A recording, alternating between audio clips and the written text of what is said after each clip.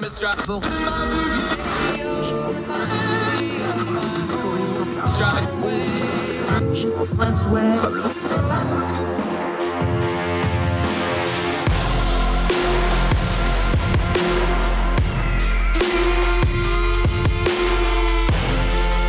host, Andrew Donaldson. This is Heard Tell. It's all good. Welcome back to Heard Tell. We're going to do some movies because I just wrote 1,600 words about tariffs, and to hell with that. Let's talk some movies. We have in our rotation, he took a little break over the summer, Luis Mendez Movie Report, 3-time board certified film critic. He can also talk to business and not just his opinion. Way, way better than your average letterbox user. How's that for an introduction, buddy? Did I get it all covered? I would say so. It's nice to know that I'm more informed than the average letterbox user, but in my ego, I will say I don't disagree. In your humble but accurate opinion is the line I stole from somebody years ago. All right, buddy. We did this a year ago. I went and looked real quick. Last year, one of the worst Memorial Day weekend box offices of all time. This year, a historically good Memorial Day weekend box office of all time. Do we just overthink this stuff? Is it just as simple as make good movies and people will come see the good movies, and we kind of overthink it and put more stuff on it than it really is? Is that oversimplification? Is that where we're at on this? How do you explain last year to this year? Is it just better movies? Because I think that might just be the whole key of the whole thing. Well, I mean, last year, I think the problem was that it was all they banked Memorial Day weekend on a Garfield animated film and Furiosa. And the reason Furiosa didn't do so hot is because the Mad Max franchise has historically, it's got its fans, it's left its imprint in cinema, but those movies generally don't make the kind of money that the kind of movies that are making money for this weekend do. And so I think that was a big part of it. Even Mad Max Fury Road, which went on to be an Oscar contending film, didn't make that kind of money. That being said, I do think Furiosa is a better movie than the movies we got this year. So while I think word of mouth helps a lot, we saw that earlier this year with Sinners. If word of mouth is good enough and strong enough, people keep coming. This will be willing to check something out, especially if you don't let the theatrical window be so narrow. You know, people will be like, well, the only way I can experience this is to actually go to the theater and watch it. In terms of why I think this box office is better this year, because I think it's a better perfect storm. You have the Lilo and Stitch remake. And on top of that, you have a Mission Impossible movie, and not just any other Mission Impossible movie, but what's supposed to be the finale to the entire series. So you end up with this perfect storm of a remake to what has been a beloved millennial classic. A lot of those millennials now have their own kids, and they've probably been making these kids have probably been watching on Disney Plus all the time. And so they go to see that, and other folks get to go see Tom Cruise do Tom Cruise stuff with one last Mission Impossible film. So I think the difference is maybe not necessarily the quality in film so much as the marketability of the films in comparison to last year. Do we undervalue cultural impact of films? And here's what I mean by that. It's not just that they were popular, people went and saw them.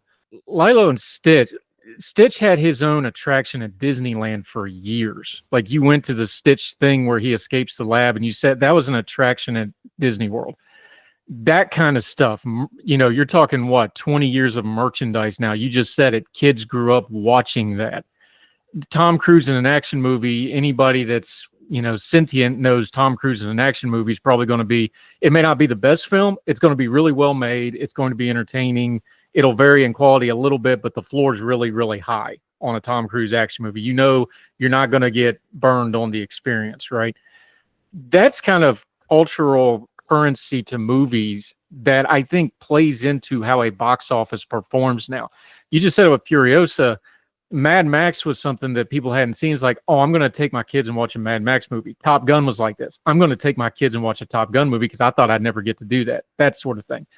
Lilo and Stitch. Oh, my kids never got to see this in theater. I'm going to go see it. But you had 20 years of built-in stuff going to it. Tom Cruise has cultural currency.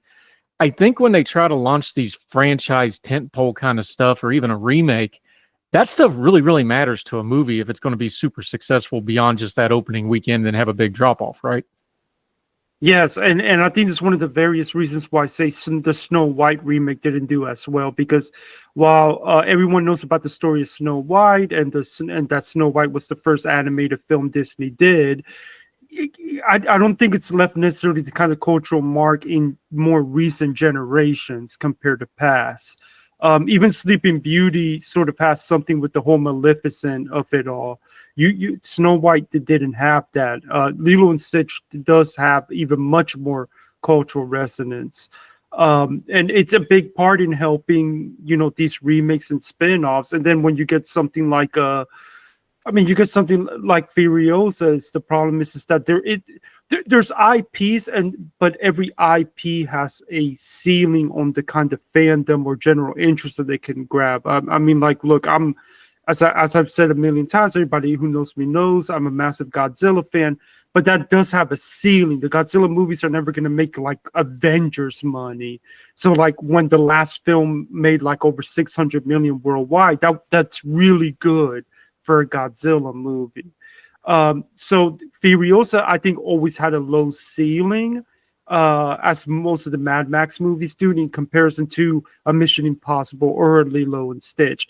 And that's why for actual original films like Sinners, earlier this year, that word of mouth is so incredibly important compared to, okay, you've already got a built-in audience that will show up. And I think we need to redefine the term. I just used it, so let me back up and redefine it. Family film.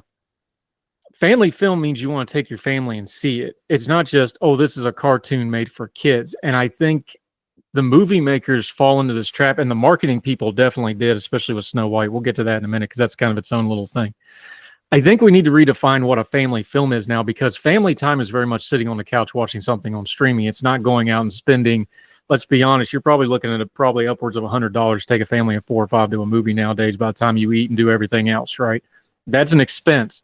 So if you're going to have a family-friendly film, it's got to be worth it. You got to have engagement in it.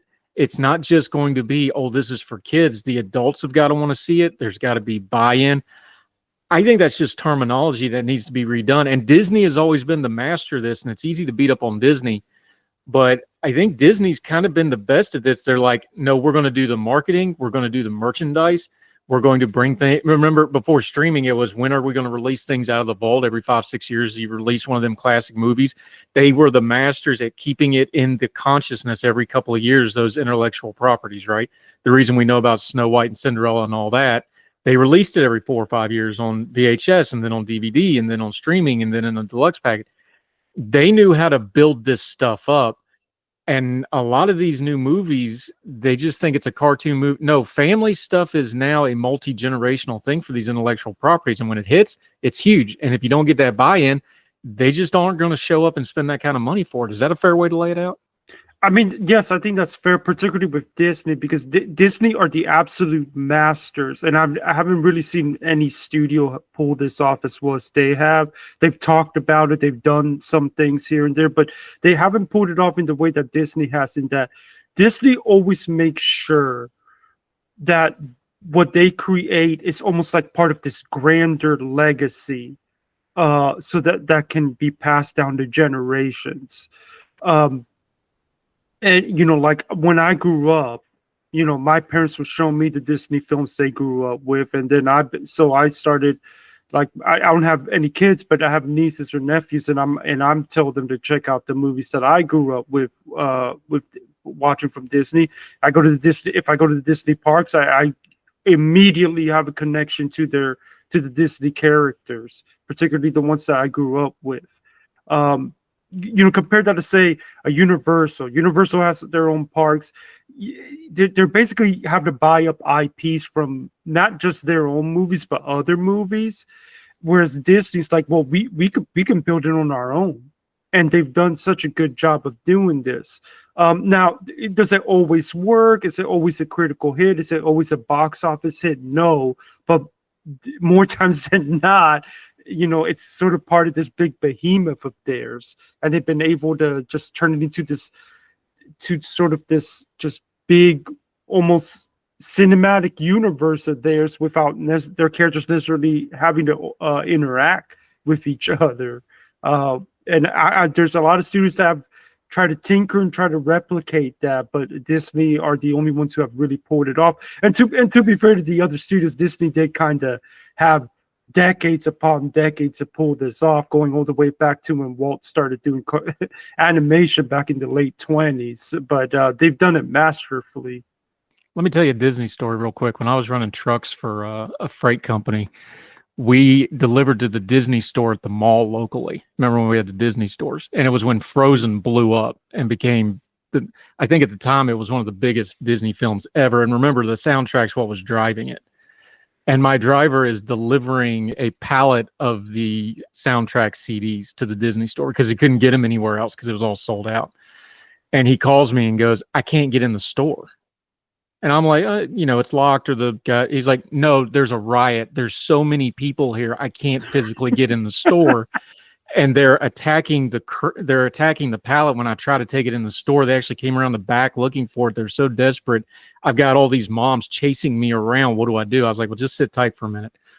So he's about 20 minutes late on this delivery. I get a phone call, and the caller ID is 500 South Buena Vista Street, Burbank, California, from Huntington, West Virginia's area.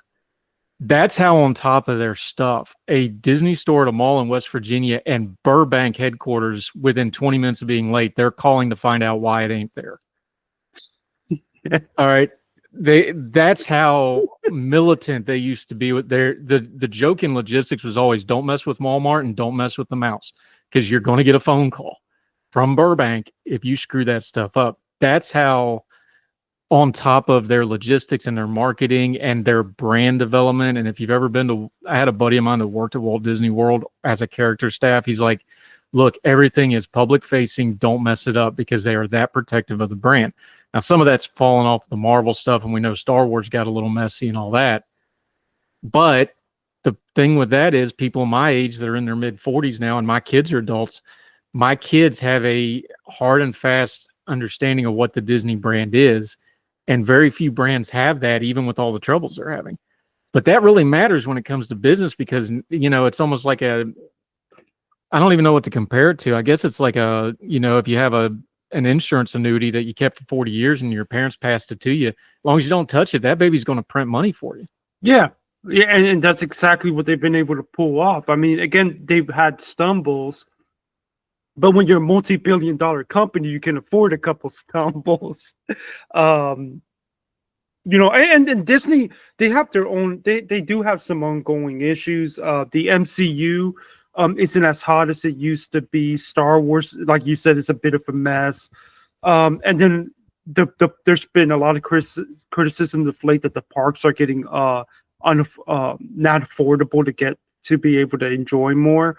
But they still are a multi-billion-dollar company. And I remember back in 2023, there was a lot of talk of they didn't have their hottest year, and people were starting to say, "Oh, is Disney starting to fall? Is Disney starting to fall out?" And what's happened is that we're now going on 2 years straight now where they've once again flexed their muscles at the box office. There's there's nothing I like more than busting up a stupid narrative. There's this narrative in the media. I know Business Insider ran it. I think Deadline had a piece about it. It's like, oh, Lilo and Stitch did well. Disney has learned their lesson from Snow White. Okay, I went and looked. These movies were produced at the exact same time. So no, they didn't. They were just made by different people, marketed different. And we know about the Rachel Ziegler stuff and all that. That's the kind of lazy reporting on this stuff that really kind of drives me a little bit nuts of like, no, they were made at the exact same time. In fact, the Lilo and Stitch was actually, they finished it before the Snow White one because they had to go back and fix all the Snow White stuff. Talk about that process a little bit, because one of the reasons I like talking movies with you is you actually understand the business of it and the A to B to C, and understand that what's in the theater is step X. There's a lot of steps to that.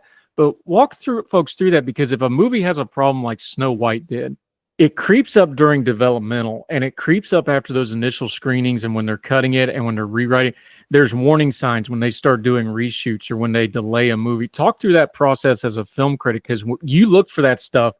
Those are red flags. They don't usually pop up in the normal media until it's, oh, the box office was bad. But you usually can see those things coming with things like that, right? Because there's red flags in the developmental process, or it gets delayed, or we've seen with the MCU universe, they've had to ditch entire multi-film things because of certain things, the Jonathan Majors situation, that sort of stuff. Talk about that part of it, because we don't see that until it hits the headlines, but you're watching those. These train wrecks are usually kind of predictable, right? Well, I mean, and sometimes you can see it in the marketing, but I mean, look, if you follow the news on development and things that are getting produced, you can tell when something is taking a little bit too long. There's something that doesn't look right. And on top of that, sometimes you get sources on a film. I've talked to some certain sources about some upcoming movies. I remember, I think it was about a month ago, I was talking to a source about the new Karate Kid movie, and they were telling me how bad it was, and it looks like the movie's getting some rough reviews. I haven't gotten to see it yet. I'm hoping to today. But yeah, I mean, sometimes you can see it coming.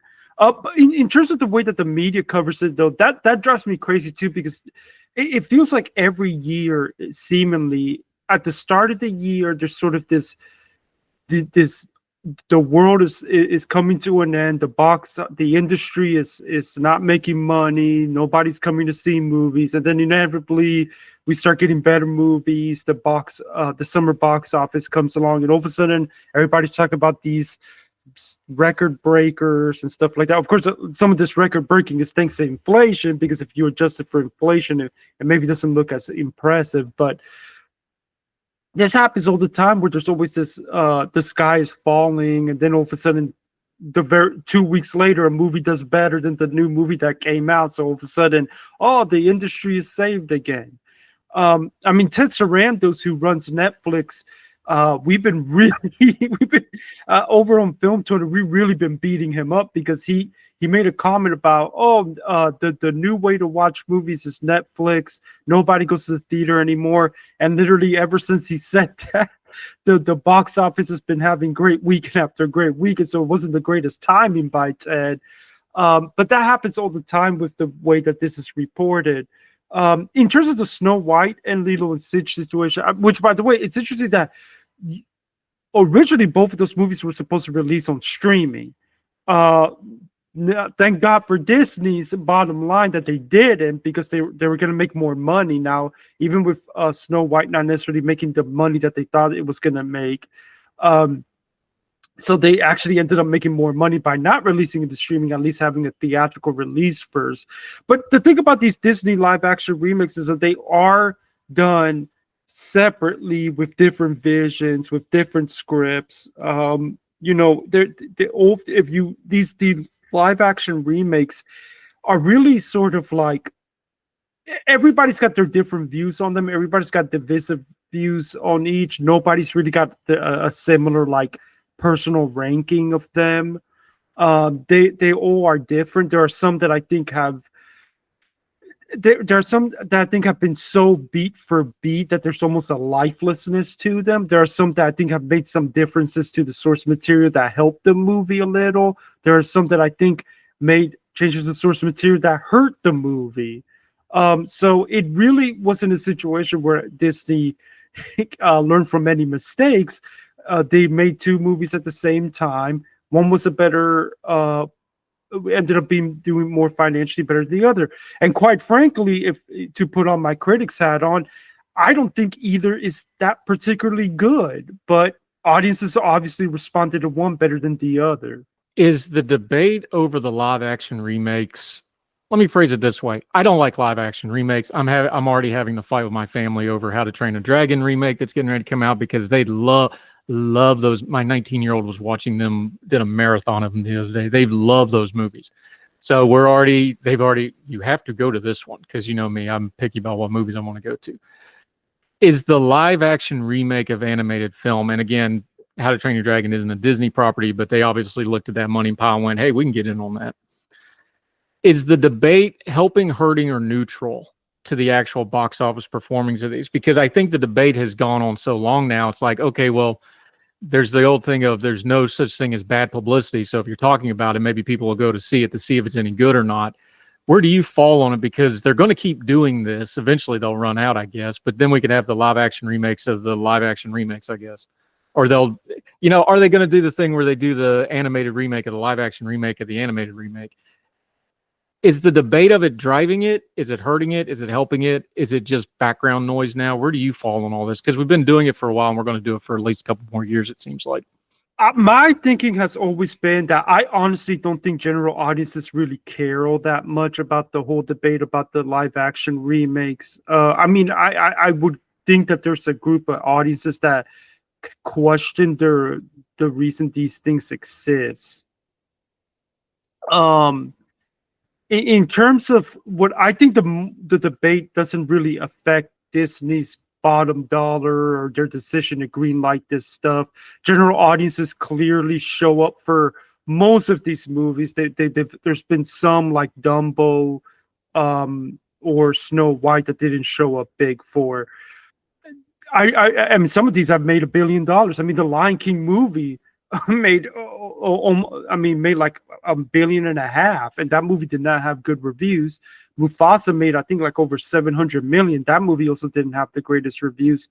So these remakes and spin-offs, I don't think general audiences care about the debate. I do think who cares about the debate in particular seems to be real hardcore cinephiles and film critics, to a point that I do think that one of the things that I think unfairly these Disney live action remakes and spin-offs have to face is that I do wonder, like, there's going to be some critics who walk into these movies and they've already got a gripe against just the fact they exist.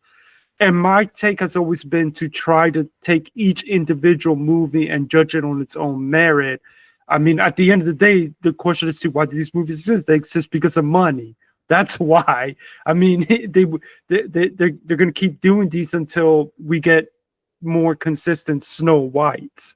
Lilo and Stitch is just reminding us that there's still an audience out there for these, as long as you get the ones that people would actually have some kind of connection to. I mean, they're already giving us a Moana live action remake next year, and that movie it's only been going on 10 years old. That's to me where it really is starting to get out of control. I mean, if you want to try to remake some films from old 30s, 40s, 50s Disney animated films, I'm kind of open to that. But now you're remaking movies that came out while I was alive. And while I wouldn't say I'm a young man, I'm also not an old man. I don't think it really affects audiences. But I do think it potentially could affect some of its critical reviews, because I do talk to a lot of critics who just have this very fervent hatred of the existence of these movies before they even talk about whether they like the movie or not. And I do think that has to affect the movie's reviews to some respect. That being said, as someone who has been a soft defender of some of these films in the past, I do feel that of late I'm seeing more consistent, what I would think is lower quality of these movies. And I think maybe that the Disney machine is not maybe putting as much care into them, if they know they're just going to make a quick buck out of them. You just hit something important there, and we're picking on Disney here, but they're the biggest guy on the block right now. But this is happening in other studios and whatever. That's something else that's changed when you talk about sometime. There's not as many studios as there used to be. That's part of the problem, but that's another topic for another day. Disney really seems to just outsource these movies until they show up with the final product, and then they just start tinkering with them. So they're picking the directors and the producers, the actual shot callers, not just the people that are getting their name put on there so they can get a residual check. They seem to be outsourcing this stuff more, not doing the quality control on the entire project start to finish. And then when they bring the movie in to distribute it, they're like, no, we want to change this, that, and the other. That's a break from how they used to do things. And that's a break from how the studios used to do things. There was always the ones that would just do the, get it out and make your buck. Is that pressure from the streaming stuff? Is that pressure from the COVID area of we got to get some really hot stuff out? Maybe we can make up for, quantity with quality and vice versa. Is that an effect that's happening? Because it sure, Disney would have never just let a director do whatever they want with a film 20 years ago. That wouldn't have happened. They would have been involved from the go. And yet it seems to be happening, and that's why you get films that seem so divergent, but they're made at the same time by the same studio. Well, I mean, studio meddling has been a thing going all the way back to the beginning of film. But it's not always a bad thing. Some of these directors need reeled in. We've seen it happen, right? There's a balance. Oh, I mean, I agree. I mean, the debate around that, particularly among film critics and cinephiles, is, well, even if you just let a film director just do whatever the heck they want and it's not a good product, well, at the very least, they got their vision out, and it didn't work for everyone. But look, it's a subjective art, and I can respect that. But at the same time, if you're a big studio and you're trying to, and at the end of the day, you are trying to make a profit off of these films, you're going to have to reel these folks back a little. Obviously, the more successful a film director is, the more they're going to have leeway. But like, for instance, Mickey 17 came out earlier this year from Warner Brothers, and it's from Bong Joon-ho, who is the director of Parasite. He's also directed other great movies like Memories of Murder that I would recommend people go check out. But this is like a quirky, comedic sci-fi film, and the studio tried to meddle with it. He wouldn't let them. And the final product that you got was, quite frankly, a movie that is not going to be seen as one of his best films. And watching it, I knew right away, okay, I can see why Warner Brothers lost confidence in this. It's a kind of a debate on itself about just letting the artists get their work out, and then of course at the end of the day the studio being, yes, but we're investing in this because we're hoping to make a profit off of this, so we need to make sure that it's palatable to some audience out there, a sizable audience at least. In terms of Disney, I mean, I do think, for instance, to talk about Lilo and Stitch, I think Disney's meddling may have hurt the movie, if anything, in that situation. Lilo and Stitch is directed by Dean Fleischer Camp, who directed Marcel the Shell with Shoes On, which is one of my favorite films of 2022. And we started getting some news out there about some of the things that he didn't get to do that he wanted to do with the movie because of Disney. And I do think studio meddling can definitely hurt a movie. And I think studios can freak out a little bit too much. And before you know it, when you got the director having a vision, the studio has a vision, there's so much a clash, you try to compromise, and sometimes it works, and sometimes you just end up with a mess that a lot of people don't end up liking. So it's kind of a catch-22 situation with how much studios should be left to meddle. Talking about studios, you follow this stuff. I don't. The Cannes Film Festival just happened. Look, it's self-indulgent. This is the dense center of the film world black hole that has a lot of gravitational pull. I think it's up to 12 days now. It used to be like 3 or 4. Now it's 12 days. Look, they're very French, the French. It's very self-indulgent. You have 20-minute standing ovations, which they're just now doing for the sake of how can we have the longest standing ovation. It's very self-indulgent. However, there is stuff that spins out of that very inclusive universe that ends up in front of us, the general public, too. Tell people a couple of the things to watch for coming out of that, besides, for the folks that don't know what a Palme d'Or is, and I don't think I even said that right, but let folks know why you cover it and what the connection to the average theater is, because it doesn't look like it, but these are people that are very influenced by other people that are like them, and this is when all the influencers kind of get together. This is kind of one of those, drops in the puddle that has ripple effects out. Talk about Cannes for just a second, why you cover it, and why, and if at all, people should care about such things. But well, look, there's various film festivals. The most important film festivals to really striking a chord into what's going to be in awards, what's going to strike a chord in award season, are the fall film festivals. They're also more populist. Their movies in the fall festivals tend to be more accessible, and they're definitely more American. The Cannes Film Festival is more about what are going to be the first chess pieces to the upcoming award season, and they tend to be predominantly international films. Now, the Cannes Film Festival in the last couple of years has become very important in launching some would-be awards contenders, and even some movies that ended up leaving a cultural mark with some mainstream viewers. We've in the last 6 years, 2 Best Picture winners have come out of Cannes: Parasite and Anora. Mission Impossible, Top Gun Maverick premiered at Cannes. The Substance premiered at Cannes. So there has been some effect on the mainstream culture from Cannes, but mainly Cannes tends to be the place to be for a lot of international films, particularly films that hardcore cinephiles or film critics are going to really try to push, that maybe general audiences maybe aren't really that aware even exists.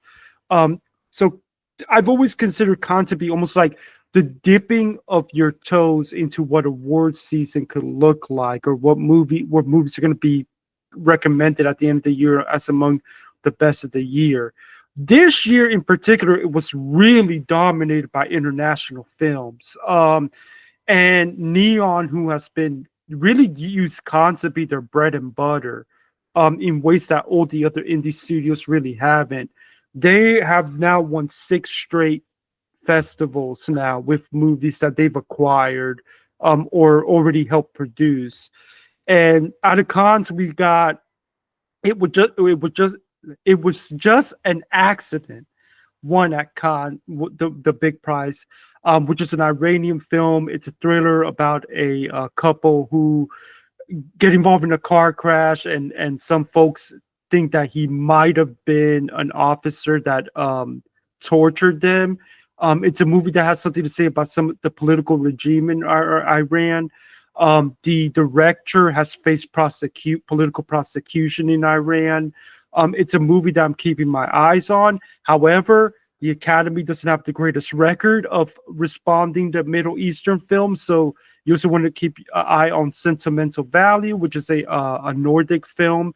It's sort of a comedy drama about a filmmaking father who's attempting to make a movie about his family. There's also Surat, a Spanish language film about a father who's trying to find his daughter, his missing daughter. There's Resurrection, which is a Chinese film that is apparently supposed to be sort of an homage to classical horror. It's sort of got this sort of post-apocalyptic vampire thing going for it. There's The Secret Agent, a Brazilian movie that touches on some of the stuff from the 1970s dictatorship there. So those are the movies that seem to land the most. The most American film that I would say landed out of there was probably Highest to Lowest, which is Spike Lee's remake of High and Low. It got good, but not necessarily great reactions. So this year's Cannes Festival was really dominated by international films that, quite frankly, a lot of mainstream audiences probably won't see. So as far as I'm concerned, a lot of the top films that maybe are going to be talked about and ran for awards, we're probably still waiting until the fall festivals to see what those are going to be.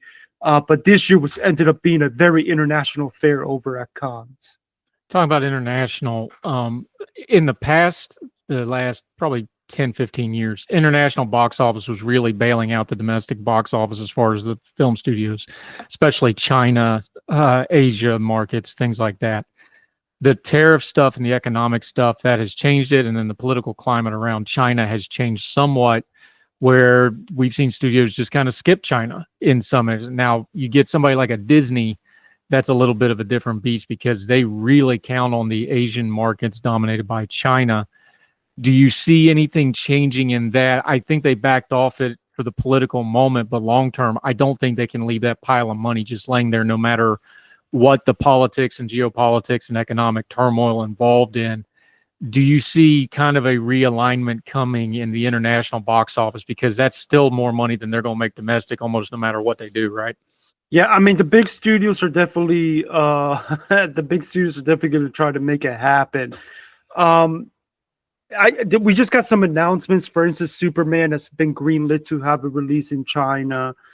So they're still trying to. The big studios definitely still want to do that, especially considering that the international market, as you've said, has bailed out certain big franchises.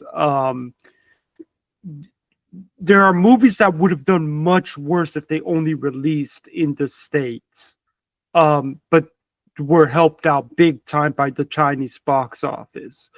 Now there are other movies that did better in the States and internationally, but it sort of depends. I've noticed a certain pattern, but particularly for like superhero movies or sort of big, sort of dumb entertainment, shut your brain off popcorn flicks. Those tend to really rely on the international markets to really pump up those numbers.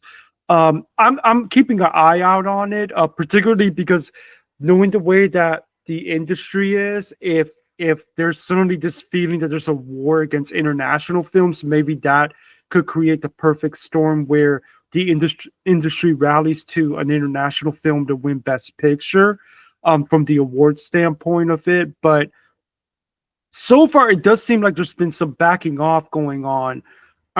If anyone is going to try to do their damnness to make sure that this doesn't affect their bottom dollar, it's going to be the big studios. Disney, Warner Brothers, and Universal in particular. Real quick on Universal. Their IPs, you've talked about, they've gone on kind of a buying spree. They're starting to farm out into streaming. We know the Harry Potter casting is out now. That's going to be a debate coming up. And of course, the politics that surround all that. Where are they in the ecosystem now? Because, you know, it's not that Disney's lighting the world on fire, even though they're having periodical success. It looks like the new Marvel stuff is going to be a little bit of a mess. The Star Wars is a little bit up in the air. But Universal doesn't seem to actually be getting a whole lot of traction against them in the big picture, long-term marathon race. They're keeping up maybe, but they don't seem to be gaining, and they are spending gobloads of money. Do you think they're pushing to more streaming things? They're rehashing their intellectual properties a little bit more. The park's doing really well, but that daggone thing's getting expensive. I just looked that up the other day. Where are they at in this ecosystem? Because they're kind of been little brother status trying to rise up, but are they going to be little brother status that gets a little sideways trying to keep up when they probably shouldn't be? I think they might be at an inflection point, and we'll have to wait and see what happens for them, because I do feel that they've been slowly and quietly climbing up there. But while Disney has had some mess ups, but they're still peaking, no one's reaching them anytime soon. And Warner Brothers has had some slip ups. Warner Brothers is a whole other issue, because even though they have Barbie, they had the success with Barbie, they've had success with the MonsterVerse films. They've also had up and down successes. Color Purple didn't do as well as they wanted. The DC films have been very hit or miss for them so far. They're obviously hoping that with this new sort of change in leadership over there with the Superman film, that they can get that on track. But Universal's been doing really good. They've been, even with their like indie stuff, they've been doing good. I mean, Conclave ended up being the small box office hit. They won Best Picture and did incredibly well with the box office with Oppenheimer. They've got Wicked was a big hit. They got another Wicked coming. They've got this How to Train Your I believe Universal has How to Train Your Dragon, because it's a DreamWorks property. So they have the How to Train Your Dragon live action remake that they're hoping. I mean, they want to full blown do all three movies in live action, so they obviously have big hopes for that. So they've been quietly climbing up there with some success. Will it be long term? We'll have to wait and see. They are making very big investments. So I am keeping an eye out on them. They've really been climbing of late. Yeah, Louis Mendez movie report. Let's actually go to your Mendez movie report on the Substack. We'll link to it. Let's just do some quick hit reviews real quick. Give me a couple thoughts on some of the movies you've reviewed lately, because that's what you do best. We already hit Lilo and Stitch, so we won't beat that to death. Interesting one, kind of conceptually. Fountain of Youth, big name director, huge name cast, a lot of money. Kind of a, traditional romancing the stone kind of genre for the last 45. Man, I'm dating myself busting out Romancing the Stone, but that's what started all this mess. You know what I'm talking about. Fountain of Youth, it's on streaming. You felt like it had a lot of expensive toys, but didn't quite come together. No, I mean, there's been a lot of jokes that it's almost like a Guy Ritchie's attempt at doing National Treasure, except this is more globally than just sort of a treasure hunt for U.S. stuff. It's got a great cast and everything, but it's honestly for what should be an adventure film, it's kind of dull for the most part. John Krasinski, he can pull off the whole deadpan smart aleck humor as we saw with The Office, and in other roles that he's done, but they're really asking him to pull off the whole sort of like likable smart ass jerk thing.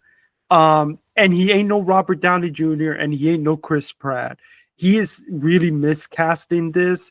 Most of the movies, him and his sister, played by Natalie Portman, just kind of bickering. There's a twist that happens towards the end of the movie that feels like it was predictable and yet somehow still felt like it was really tacked on. Almost like they just came up with it as they wrote the movie. It really is, I think, the worst Guy Ritchie film since King Arthur, and it's a shame because while I don't necessarily love his movies, I do think Guy Ritchie, he has this personality to his movies that make them pretty enjoyable, and unfortunately this is a big miss. We talked about it a little bit, but we didn't talk about the actual film. Mission Impossible Final Reckoning. Did Tom Cruise stick the landing, pun intended? Yeah, I mean, he kind of did, because the biggest problem with the movie that has had some critics to have issues with it is the first hour of the film. The first hour of the film is basically flashbacks, constantly like trying to put everything together, going all the way back to the first film. There are some callbacks that feel forced, and there are some callbacks that I thought were really cool, particularly in the character of William Dunlow, who was the CIA guy who he broke into the data room in the first film for that iconic scene. They brought him back and did something really cool with him that really, I think, kind of put a full circle of part one to this one. There are certain callbacks in the other parts of the movie that maybe feel more forced. The villain isn't particularly great. Unfortunately, I do feel like the franchise kind of peaked in terms of storytelling potential with 5 and 6. To kind of end up in a situation where Ethan Hunt is battling a sentient AI. I feel like that's something that should be more of a Marvel thing. But that being said, it still has great stunts. It still has puts everything together in a way that tries to tie the bow on this franchise. It's still got some emotional moments. There's 2 big set pieces that are really impressive. There's where Tom is literally trying to get in and get out of a submarine before it collapses from the ocean, from sort of this ocean cliff down to the abyss, and one where he's literally on a biplane trying to get to the bad guy, and he doesn't have the parachute or anything on, which has really had me on the edge of my seat as someone who's not a big fan of heights. It's over long. There's a little bit too many flashbacks, but at the end of the day, I did think it's a fun popcorn flick. If you're a big Mission Impossible fan, I do think it's a fun trip to the movies. Yeah, anytime Tom Cruise is falling off something, it's usually a pretty decent film, at least for a few minutes. Here's a film property that I just frankly despise and avoid like the plague, but they busted out another Final Destination, And they tried to do some retconning and put all these different movies together that were never intended to be a franchise, but wound up being one anyway because everything's stupid and who knows why these things happen. But there are people that like these things. I don't like them. I find them pretentious. But Final Destination Bloodlines, what say you? Yeah, I'm in the minority because this movie did get good reviews and it's gotten pretty decent audience scores. I did not like this movie, even though I did appreciate that they tried to do something different by creating sort of this family dynamic and drama with this movie. My issue with the Final Destination films is that I like the idea and the concept of, okay, you cheated Death and now Death is angry and coming after you. And you could do so many things with that where you can talk about mortality and how much should you fear death or accept death. Is there different ways that you can overcome death? Is there if these kids who are supposed to have these premonitions, is there something giving them premonitions? There's sort of like this sort of like life. Is there a way that you can battle death with life? And even though they try to do a little bit of that with the lore throughout the movie, for the most part, all these movies are the same. Somebody has a premonition, death starts killing these characters off in crazy ways. It seems like they found a way to avoid it. Boom, there's a twist, everybody dies at the end. And it's just like, I feel like if you've seen one of these movies, you've seen them all. And after all of these films, I keep hoping that they'll expand the lore and do something with what they can do with this franchise. And instead, they just keep doing the bare minimum. So I was not a fan of the newest Final Destination. All right, let's go back just a little bit, dipping into your rundown of it. But again, big names in the film, but a streamer. Didn't see a lot of promotion of it, but The Gorge. Oh, I like this to an extent. I did think the action was kind of very standard, but the romance aspect to it, I really dug. It's basically, the concept is basically that there are these creatures who are climbing up this gorge and they have to be shot down by two sides, one American, one Russian. And what happens is that the two agents who are stuck with this job end up falling in love. They end up falling into the gorge and they have to fight their way out. I thought it was a pretty okay movie, nothing that wild or spectacular. I wish they did a little bit more on the romance, but I definitely better use of your time if you have an Apple TV Plus than Found in the Youth. There's the key to it. Can you find it? All right, one more, and this one is kind of I find this interesting in a meta sense, big picture, and you can explain it a little bit, but there was a time not long ago in my lifetime where if Steven Soderbergh put out a movie, that would be the headline and the movie title would be like 3 lines down from that. But he put out a film that you really liked. It's on streaming, Black Bag, really big name cast. They didn't spare any expense making this thing, but you'd have to go Google it to find out that it's a Sondheim movie. That's amazing to me, but that's also kind of indicative of where we're at on some of this stuff, isn't it? Yeah, I mean, Soderbergh's starting to pump out 1 or 2 movies a year at this point. But like for a while, I've found a lot of his stuff to be okay. I don't feel like he's really hit the highs that he did during the 2000s. This, to me, was his best film in a long time. This is at the moment, as we are recording this, by the end of May. This is my favorite film of the year so far.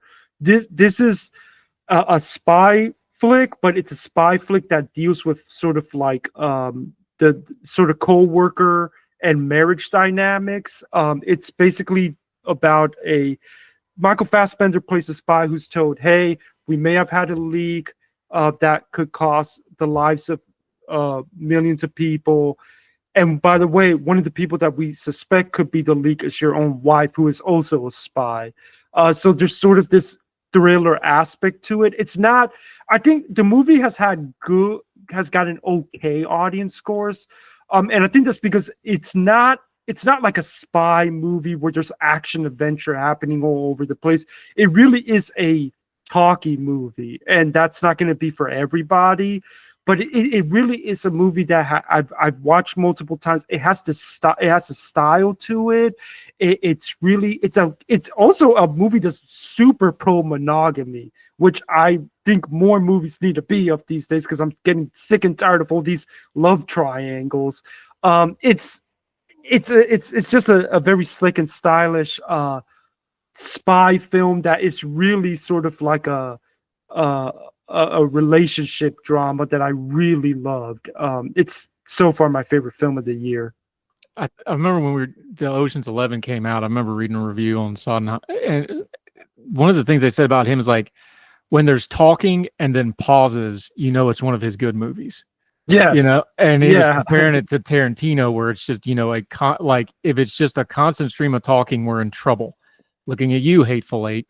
But the Soderbergh, they said if there's talking and then pauses, you're in for a good one. And it seems like that kind of held up here. Yeah.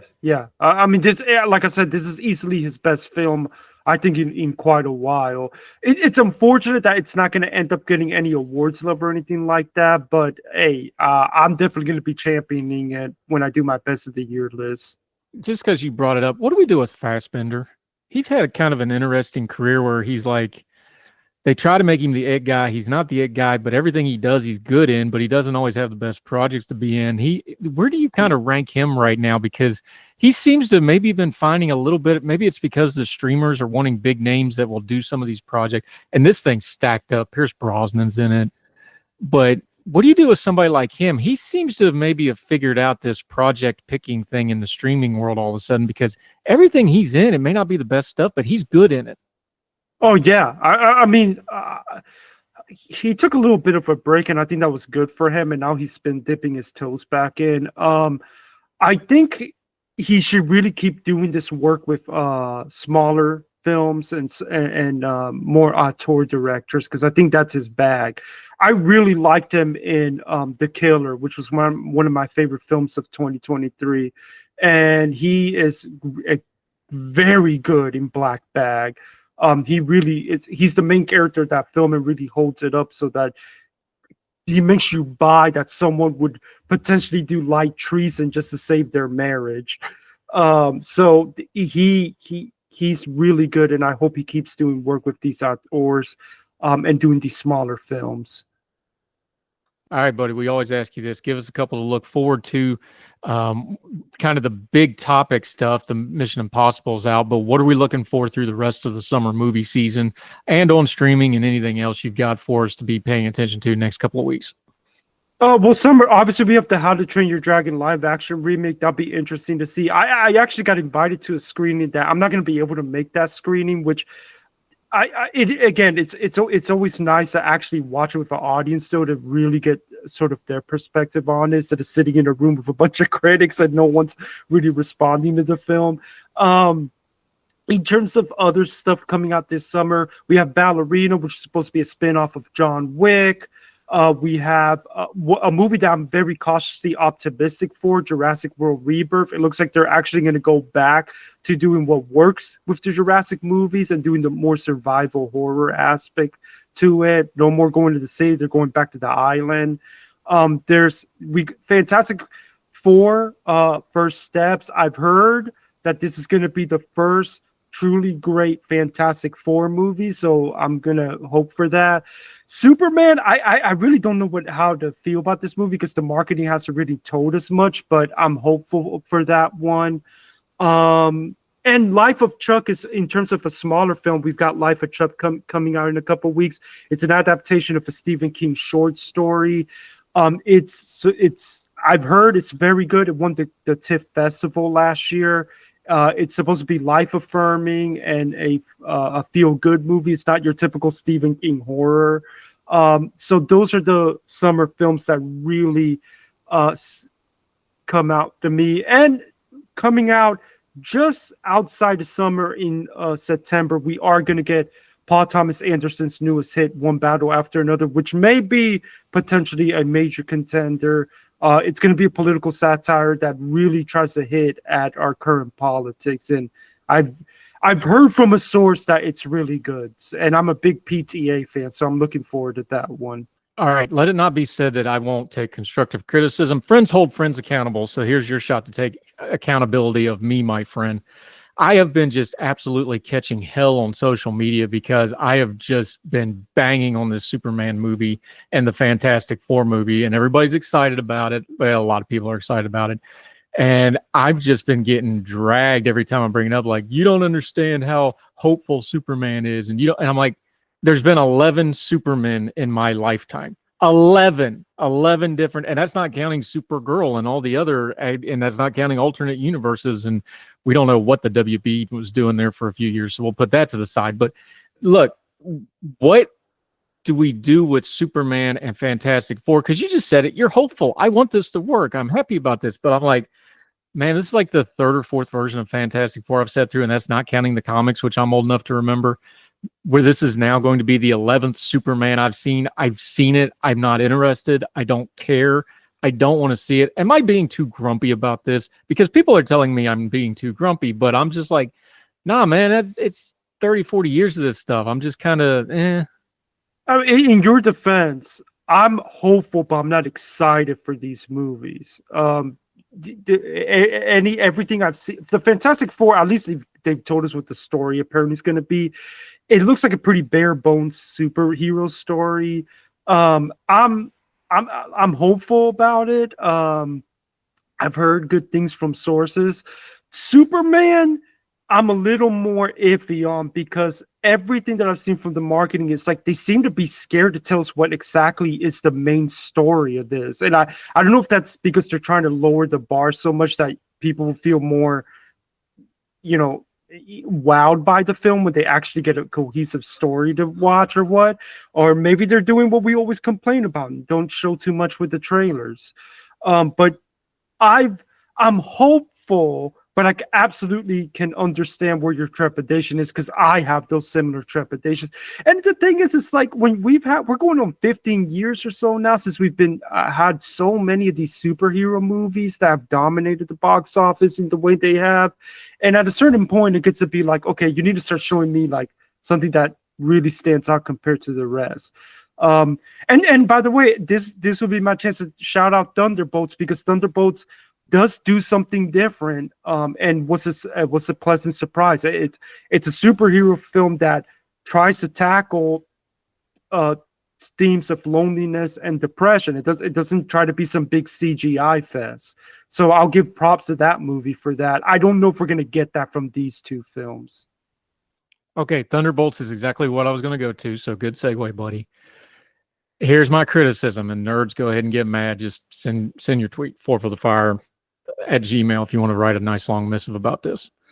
These things don't happen in a vacuum. They happen in a sequence. Thunderbolts worked because they did the one in joke with Thunderbolts they had to do to make it work, which was, yeah, we know we're the B Team Avengers. And they embraced it. And they winked and nodded at it. And plot line might be a little strong, but it was woven through the whole thing like, no, we know we're the B Team Avengers. We get it. And they didn't run from it, and they didn't try to pretend like they weren't, and they were on that level. And you had to do that, in my opinion. So people are like, okay, we're all in on the joke now. Let's enjoy the movie. That's a real thing to an audience, especially with a big intellectual property, right? Superman's got this problem where it's just, we've done the man dealing with God thing 20 times now. How are they going to do Fantastic Four where it's not Timu Avengers? And it's not their fault. It's just, that's the world we live in. Everybody's seen Avengers Endgame, and you're never going to top that because you're not going to be able to do 15 years worth of movies to build that up again. It's not going to happen again in our lifetime. I don't know that they can overcome it. Thunderbolts could wink and nod at it and bring in a few of the side characters to get around it. But the studios want Avengers every 4 years, and you just can't do that. If they're going to do it with, I think Avengers Doomsday is going to have the same problem. Like, I don't know if people are going to buy the Downey heel turn and all. Like, is that an unfair way to lay it out? Because I think the audience that doesn't know the lore, that you have to teach the lore to, that's how it comes off. I think the trick is to try to do something that stands out in comparison. Like, I would think, and what I'm hoping from that we get from the movie is that really, instead of trying to get in this instead of like really delving into like going all in on this is like the the another Avengers type of thing. What they should do, in my opinion, is really hit the sort of familial aspect of it. Really use that, and if you can do that, then you can stand out from other superhero films, particularly superhero team-up films. That's one of the things that really helped make the Guardians films work, is that James Gunn is just so good at doing the whole found family dynamic. So I'm hoping that they do something with that, with Fantastic Four, especially dealing with the whole sort of outsider status, particularly with the Thing. Yeah, and the Fantastic Four, because you have a marriage relationship and you have another brother involved. Family dynamics is hard. Let me be fair to the studios here. Action sequences are not easy to write, but they're a lot easier to write than interpersonal dynamics for a wide audience. It's really hard to write, and you're going to write them into an action movie. That's even harder as a writer. That's a really fine tightrope to what you're going to do. And I don't want to give away a plot point here, but apparently she's going to be pregnant in this film. That's a lot of deep interpersonal stuff to try to slam into a superhero movie. If the best you do, it's a challenge. Yeah, and I would hope that they don't get too crazy with the threats, that whatever threat they're facing in the movie, because that could get in the way of them trying to pull that off. Well, it was revealed that the movie is apparently going to be 2 hours and 10 minutes long. That's the longest MCU movie in a couple years now. That's a little concerning, because it makes me wonder if they're just going to go back to sort of doing the big CGI fest at the end. But I'll see what happens. Like I said, I'm hopeful about this movie, but I have some of the same trepidations other people do. I saw the budget number. There's a CGI fest baked in there somewhere. I promise you. Mendez Movie Report. He does fantastic stuff. Love talking. I didn't even get to the IMAX and movie theater thing. We'll bring that up later, because I think movie theaters are going to move to a premium experience thing, and that's going to change the model. But we'll talk about that next time. Let folks know you got the Substack. You've hauled your brother out to do podcasting again, which is all kinds of fun. Y'all got a fun dynamic going on. You're doing other media. Let folks know what you got going on, where they can follow you. Just go to MendezMovieReport.com, takes you to my Substack. You could get film reviews, best of lists, Oscar projections, all that kind of stuff. In terms of social media, you can find me over on Facebook, Instagram, Threads, X, Blue Sky, Letterboxd, or even the Award Expert app. Some awards junkies will know what that app is all about. And you can find me under all those under Mendez Movie RPT. Yeah, I'm just, you can find me there, and I'm going to have plenty to talk about now that we're entering the summer box office season. Yep, and you do a really good job of it, buddy. You keep it level-headed. You don't get into the goofy stuff. I appreciate you greatly. Thank you for your time. We'll do it again soon, sir. Yep, I'll be back anytime you want me. That'll be frequently, buddy. Take care.